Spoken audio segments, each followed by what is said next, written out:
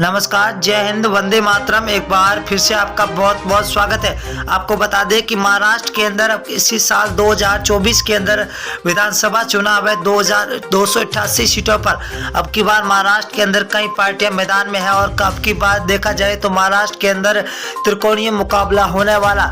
अब शिंदे गुट और बीजेपी के बीच में क्या फिर से गठबंधन होगा या फिर शिवसेना बनेगी सरकार? किसकी बनेगी सरकार, वो सबसे बड़ा सर्वे आज हम आपके बीच में लेके आए हैं। सी वोटर, टीम नाउन और फलोदी सट्टा बाजार ने सबसे बड़ा सर्वे जारी कर दिया है कि महाराष्ट्र के अंदर अब की बार 2024 के अंदर किसकी बनेगी सरकार और कौन बनेगा अगला मुख्यमंत्री। सबसे बड़ी घोषणा हो चुकी है, भविष्यवाणी की अब की बार महाराष्ट्र की जनता किसे चाहने वाली है और कौन बनेगा अगला मुख्यमंत्री। सबसे बड़ी घोषणा को देखते हुए सबसे बड़ी अगर देखा जाए तो नेता लोगों के अंदर भी भय पैदा हो चुका है। अब हम आपके बीच में 288 सीटों का सर्वे लेके आए। हर एक सीट के बारे में आपको बताएंगे कि अब की बार कौन सी सरकार बनती हुई नजर आ रही है। महाराष्ट्र के अंदर बहुत ही बड़ा सर्वे जारी, सीटों का सबसे बड़ा सर्वे। अगर हम पहले जिले की बात करें तो नंदुरबार जिला जहाँ कुल 4 सीट है, जहाँ बीजेपी और शिंदे गुट को 1 सीट और एनसीपी को 1 सीट, शिवसेना को 1, कांग्रेस को 1, तो अन्य के खाते में 0 सीट जाती हुई दिखाई दे रही है। अगला जिला है अहमदनगर जिला, जहाँ कुल 12 सीटें, बहुत ही बड़ा जिला है, 12 सीटें। बीजेपी और शिंदे गुट को 5 सीटें मिल रही है, तो एनसीपी को 2, शिवसेना को यहाँ पर 3 सीटें मिल रही है, तो कांग्रेस 2 सीटों पर है। अगर बात करें हम बहुत ही बड़ी घोषणा की तो यहाँ पर है सांगली जिला।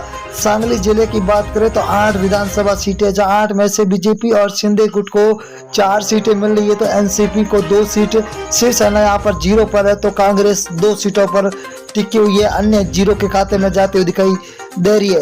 उस्मानाबाद जिले की बात करें तो कुल 4 सीटें, 4 विधानसभा सीटों में से बीजेपी और शिंदे गुट को यहाँ पर 0 सीट मिलती हुई दिखाई दे रही है, तो यहाँ पर एनसीपी को 1, शिवसेना को 1, तो कांग्रेस यहाँ पर 2 सीटों पर सबसे आगे चलती हुई दिखाई दे रही है। अगर हम नागपुर जिले की बात करें तो कुल 12 सीटें हैं, 12 सीटों में से बीजेपी और शिंदे गुट को 5 सीटें मिलती हुई दिखाई दे रही है, तो एनसीपी को 3 सीट और शिवसेना को 2, कांग्रेस को यहाँ पर 2 सीटें मिले। यहाँ पर बीजेपी और शिंदे गुट को सबसे ज्यादा सीटें मिलती हुई दिखाई दे रही है। वर्धा जिले की बात करें तो कुल 4 विधानसभा सीट है, जहाँ बीजेपी और शिंदे गुट को सिर्फ 1 सीट हाथ में लगती हुई दिखाई दे रही है, तो एनसीपी को 1, शिवसेना के खाते में 1 सीट जा रही है, वही कांग्रेस के खाते में भी 1 सीट जाती हुई दिखाई दे रही है।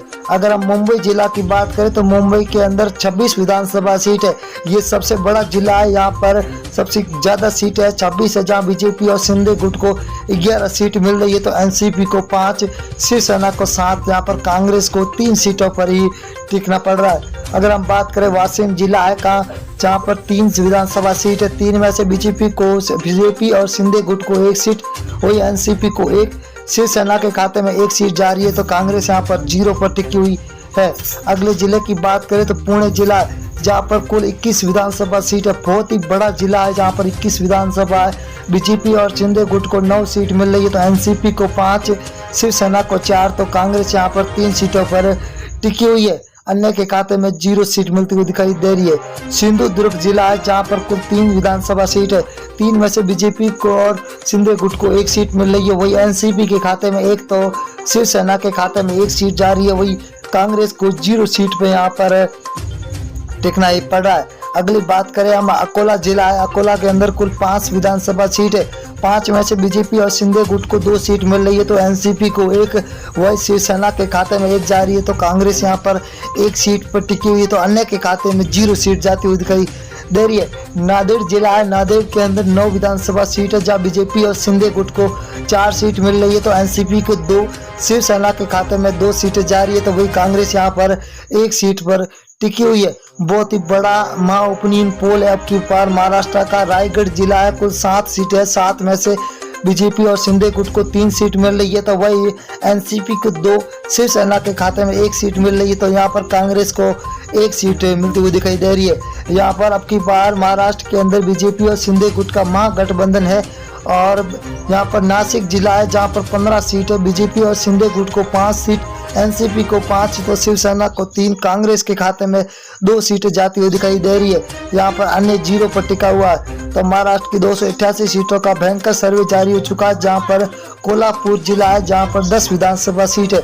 बीजेपी महागठबंधन में 4 सीटें, वही शिव महागठबंधन के अंदर 5 तो अन्य के खाते में 0 सीट जाती हुई दिखाई दे रही है। अगले जिले की बात करें तो रत्नागिरी जिला है जहां पर कुल 5 विधानसभा सीट है।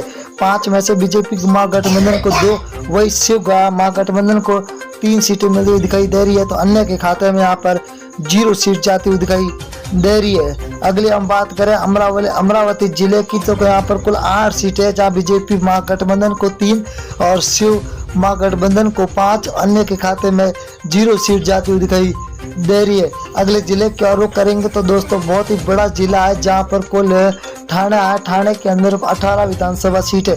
18 में से बीजेपी महागठबंधन को 9 तो शिव का महागठबंधन को 9 सीटें मिल रही है। यहाँ पर बीजेपी और शिव दोनों महागठबंधन को बराबर 9 की सीटें मिलती हुई दिखाई दे रही है। अगर हम सोलापुर की बात करें तो सोलापुर के अंदर 11 विधानसभा है। 11 के अंदर बीजेपी महागठबंधन को 6 तो शिव महागठबंधन के अंदर 5 सीट मिल रही है। तो अन्य के खाते में यहाँ पर 0 सीट जाती हुई दिखाई दे रही है। बहुत ही बड़ा सर्वे जारी हो चुका। सतारा जिले की बात करें तो सतारा के अंदर विधानसभा सीटें 8 है। 8 में से बीजेपी महागठबंधन को 2 सीट मिल रही है तो शिव महागठबंधन को 6 सीटों पर टिका हुआ है। तो अन्य के खाते में यहाँ पर 0 सीट जाती हुई दिखाई दे रही है। अगले जिले की बात करें तो सांगली जिला है जहाँ पर कुल 8 सीट है। 8 में से बीजेपी को 4 सीट तो शिव महागठबंधन को 3, यहाँ पर अन्य के खाते में 1 सीट जाती हुई दिखाई दे रही है। 288 सीटों का सबसे बड़ा